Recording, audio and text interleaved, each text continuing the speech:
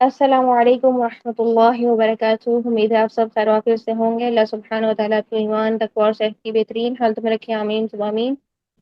آج کا لیکچر بہت امپورٹنٹ ہے اور اس کو آپ سب نے دھیان سے سننا بھی ہے اور اس کے نوٹس بنا لینے ہیں اور ساری چیزوں کو ون ٹو آل آپ نے لکھنا ہے۔ یہ جو مخرج آج ہم کرنے جا رہے ہیں اس کو نکالنے کے لیے پریکٹس کی بھی ضرورت ہے اور ایک ہی دفعہ میں یہ آسانی سے نہیں نکلتا۔ آج ہم کریں گے حافۃ اللسان۔ تو حافۃ اللسان سے ایک ہی مخرج ہے اور ایک ہی حرف ادا ہوتا ہے، ضاد، ٹھیک ہے۔ اس کی یونیکنیس کی ایک وجہ یہ بھی ہے، اس کے مشکل نکلنے کی ایک وجہ یہ بھی ہے کہ ضاد صرف ایک ایسا حرف ہے جو یہاں سے حافۃ اللسان سے ادا ہوتا ہے۔ ادروائز باقی حروف کو اگر ہم دیکھیں تو ہر پارٹ سے دو دو تین تین حروف ضرور ادا ہو رہے ہیں، ٹھیک ہے۔ دیکھیں اقصی لسان سے دو حروف ادا ہوتے ہیں، وسط لسان سے تین حروف ادا ہوتے ہیں، طرف اللسان میں جائیں گے وہاں سے بھی تین حروف ادا ہو رہے ہوں گے، راس اللسان میں جائیں گے تو وہاں سے 9 حروف ادا ہو رہے ہوں گے۔ لیکن حافۃ اللسان یعنی جو زبان کی کروٹ اس کو بولتے ہیں یا پھر زبان کے بغلی کنارے بولتے ہیں۔ اس کو موٹی جو سائڈز ہوتی ہیں نا زبان کی، موٹے کنارے، یہ وہ حافۃ اللسان وہ ہوتا ہے۔ حافہ کروٹ کو کہتے ہیں، اسی کے اس لیے اس کا نام حافۃ اللسان ہے۔ تو زبان کے موٹے کناروں سے اس والی سائڈ سے صرف اور صرف ضاد نکلتا ہے، اس لیے بھی اس کو ادا کرنا ذرا مشکل ہوتا ہے، ٹھیک ہے۔ تو حافۃ اللسان کو ہم دیکھتے ہیں، حافۃ اللسان یہ زبان کے موٹے کنارے ہیں، ٹھیک ہے۔ اقصی لسان سے لے کر اوپر جو ہے نا وہ طرف اللسان تک کے جہاں پر طرف اللسان سٹارٹ ہوتا ہے وہاں تک حافہ کے حصے ہیں، ٹھیک ہے۔ حافہ کے 3 حصے ہیں۔ سب سے پہلا والا حصہ یعنی جو زبان کی جڑ کے پاس ہے، اقصی لسان کے پاس، یعنی اقصی لسان کے ساتھ والا جو حصہ ہے، اقصی لسان کی جو سائڈز ہیں وہ اقصی حافہ ہے، حافہ کا دور والا حصہ ہے۔ ہم نے دیکھا تھا جب ہم نے زبان کے حصوں کے نام کیے تھے تو ہم نے کہا تھا کہ اقصی دور کو کہتے ہیں، جیسے اقصی حلق، دور کا حلق کا حصہ یعنی سینے کی طرف کا حلق کا حصہ سب سے نیچے والا۔ اقصی لسان کو دیکھا تو اقصی لسان بھی سب سے پیچھے والا حصہ تھا لسان کا، ٹھیک ہے، دور والا حصہ۔ اب اقصی حافہ دیکھ رہے ہیں تو حافہ بھی سب سے نیچے والا حصہ ہے، پیچھے والا دور کا حصہ حافہ کا، ٹھیک ہے۔ سب سے موٹا ترین حصہ اقصی حافہ۔ اس کے بعد ہم دیکھتے ہیں درمیان والا جو حصہ ہے حافہ کا وہ وسط حافہ، اور جو سب سے اوپر والا حصہ ہے وہ ادنیٰ حافہ۔ یہ حافہ کے 3 حصے ہیں۔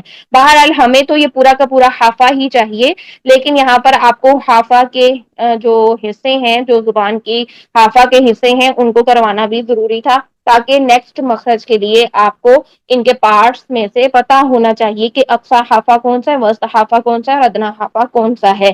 اب ان شارٹ ہم یہ کہہ سکتے ہیں کہ حافہ کا وہ حصہ جو نواجس کے سامنے، ہم نے داڑوں اور دانتوں کے نام کیے تھے نا، اگر آپ لوگوں میں سے کسی سے مس ہو گیا ہے وہ لیکچر تو دانتوں کا بیان وہ والا لیکچر جا کے ضرور اس کو دیکھیں اور اس کو یاد کریں۔ نیکسٹ جو ہمارا لیکچر ہے اس میں تمام دانتوں کے نام ہی یوز ہو رہے ہیں، ادروائز آپ کو اگر دانتوں کے نام نہیں یاد تو پھر آپ کو مخارج مشکل ہوں گے، آپ کو مخارج کا نہیں پتا چلے گا، ٹھیک ہے۔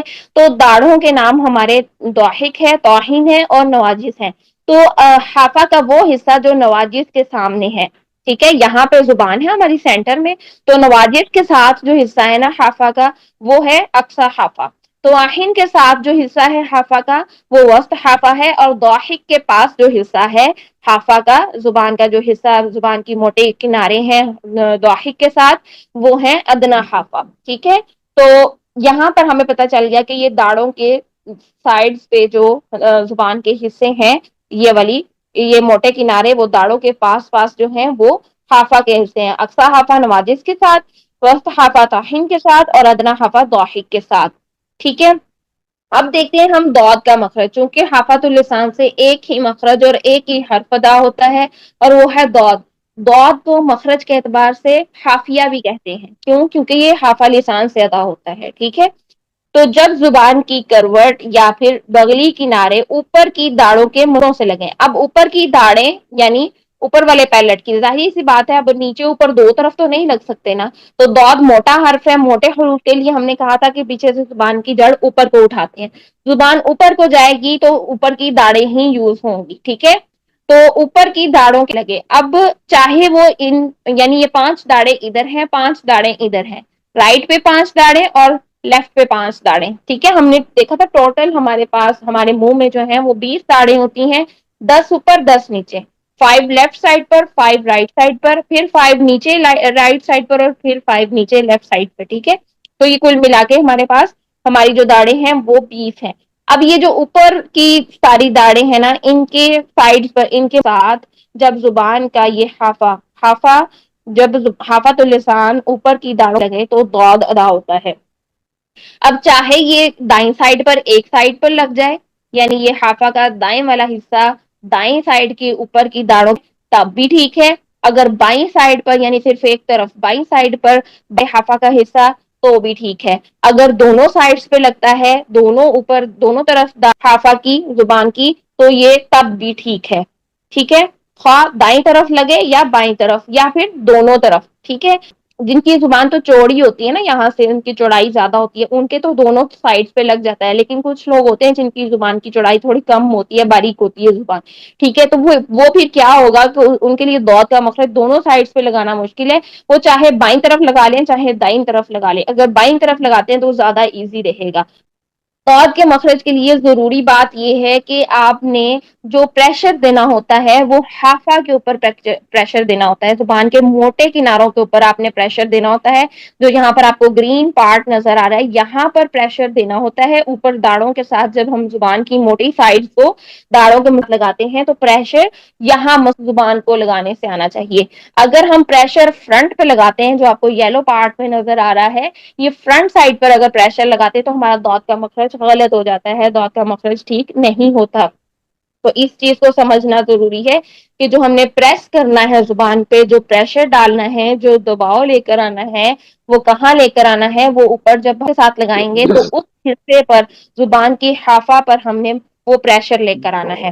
ٹھیک ہے، ہم نے اس کو جو ہے وہ ٹچنگ پوائنٹس یہاں پر جو فرنٹ والے دانت ہیں ان کے سامنے جو زبان کا حصہ ہے یعنی طرف اللسان ہے، یہاں پر ہم نے پریشر کو نہیں لے کر آنا. یہاں سے صرف زبان ٹچ ہوتی ہے. ٹھیک ہے، ایسا نہیں ہے کہ یہاں پر زبان کا کوئی عمل دخل نہیں ہے. یہ فرنٹ والے حصے پہ یہاں پر جو ہے نا زبان، وہ ٹچنگ پوائنٹس ہوتے ہیں. یہاں سے ٹچ ہو کے پھر ہمارا جو باقی کا پریشر ہے وہ پیچھے کی جانب ہوتا ہے. ٹھیک ہے، آگے والا حصہ تھوڑا سا بس ٹچ ہوگا، اور پھر پریشر سارا دباؤ جو سارا ہے وہ پیچھے والے حصے پہ ہوگا زبان کے. ٹھیک ہے، جو کہ حافہ کناروں پر، موٹے کناروں پر پریشر جائے گا.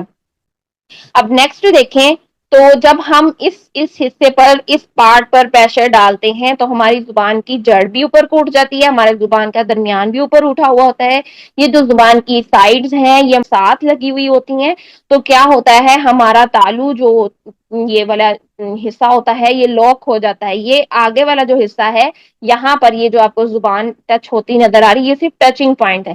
ہمارا پریشر سارا پیچھے کی طرف ہے، پیچھے والی زبان پہ ہے. ٹھیک ہے، تو جب آواز نکلتی ہے ضاد کی تو کیا ہوتا ہے، پریشر بنتا ہے اور ماؤتھ کے اندر لاک ہو جاتا ہے. ایک بند کمرے کی طرح ہمارا تالو جو ہے وہ لاک ہو جاتا ہے، جس سے پریشر بنتا ہے اور ہمارا ضاد کا مخرج بالکل ٹھیک نکلتا ہے. اگر ہم اس کو فرنٹ سائڈ سے اس کی آواز کو باہر یوں ہی پھینک دیں گے تو یہ یا تو ہمارا دال بن جائے گا یا پھر ہمارا ض بن جائے گا، جو کہ آواز منہ سے باہر نکل آئے گی. ہمارا ضاد پھر ادا نہیں ہوگا. ضاد ایک جو ہے یہ سب سے جو ہے موٹا لیٹر بھی ہے. اس کو ادا کرنا اس لیے بھی مشکل ہے کہ یہاں پر زبان کے سائڈز والے مسلز یوز ہوتے ہیں، جو کہ کسی اور مخرج کے لیے یوز نہیں ہوتے. یہ سائڈ والے جو مسلز ہیں، یعنی زبان کے جو موٹے کنارے ہیں، کسی اور مخرج کے لیے، کسی اور حرف کے لیے ہم اس کو یوز نہیں کرتے. ہم اس کو اپنی عام لینگویج میں یوز نہیں کر رہے ہوتے، اس لیے اس مخرج کو نکالنا مشکل ہو رہا ہوتا ہے ہمارے لیے، کیونکہ ہماری زبان کے یہ مسلز ایکٹیو نہیں ہوتے. ان کو یہ پریکٹس نہیں ہوتی کہ ہمارا یہ جو زبان کی سائڈز ہیں ان کو اوپر داڑوں کے لگانا ہے. تو اس لیے ہمارا جو ہے یہ مخرج نکالنا مشکل ہوتا ہے. لیکن اگر ہم اس مخرج پہ ان کے پوائنٹس پر نوٹ کر لیں کہ ہم نے کہاں پریشر رکھنا ہے، کہاں پر صرف ٹچنگ رکھنا ہے، اور کیسے ہم نے زبان کی جڑ اور زبان کے درمیان کو اوپر لے کر جانا ہے، اور کس طریقے سے ہم نے آواز کو جو ہے وہ اندر لاک کرنا ہے، ہماری یہ ساری کنفیوژنس دور ہو جائیں گی اور منٹ میں آپ کا ضاد کا مخرج بالکل پرفیکٹ ہوگا. اب یہاں پر دیکھیے کہ یہ جو بلو پارٹ نظر آ رہا ہے یہ آپ کا پریشر ہو رہا ہے، پریشر بن رہا ہے. یہاں پر یہ جو یلو پارٹ آپ کو نظر آ رہا ہے زبان کا، یہ صرف ٹچ ہے، یہاں سے صرف ٹچ ہو رہا ہے. ٹھیک ہے، اب اور یہ ساکن حالت میں یہاں پر ہوتا ہے. اگر ہم دیکھیں فتحہ میں، کسرہ میں یا پھر ضمہ میں، وہاں پر صرف ٹچ ہونے کے فوراً بعد زبان کا پریشر پیچھے کی طرف چلے جائے گا. لیکن جب ہم موسٹلی ساکن حالت میں اس کو ادا کر رہے ہوتے ہیں تب ہماری یہ کنفیوژن ہوتی ہے کہ ہم یہاں پر جو ہے یلو پارٹ پر اگر پریشر دیں گے تو یا تو دال بن جائے گا یا پھر ض بن جائے گا. ٹھیک ہے، اگر ہم ڈی سے ادا کرتے ہیں تو وہ دال بن جائے گا، اگر ہم زی سے ادا کرتے ہیں تو وہ ض بن جائے گا، کیونکہ ہم پریشر سامنے والی حصے پر دے رہے ہیں.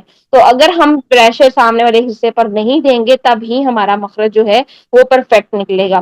ٹھیک ہے، تو آواز بھی منہ میں لاک رہے.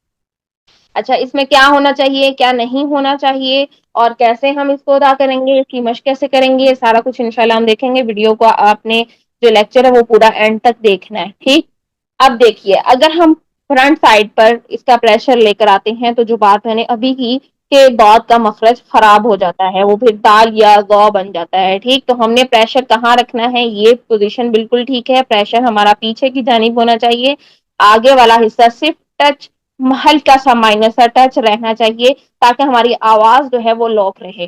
ٹھیک ہے، آواز جو ہے وہ مخرج کی منہ میں بھر کے ادا ہو اور یہ مخرج موٹا ادا ہو.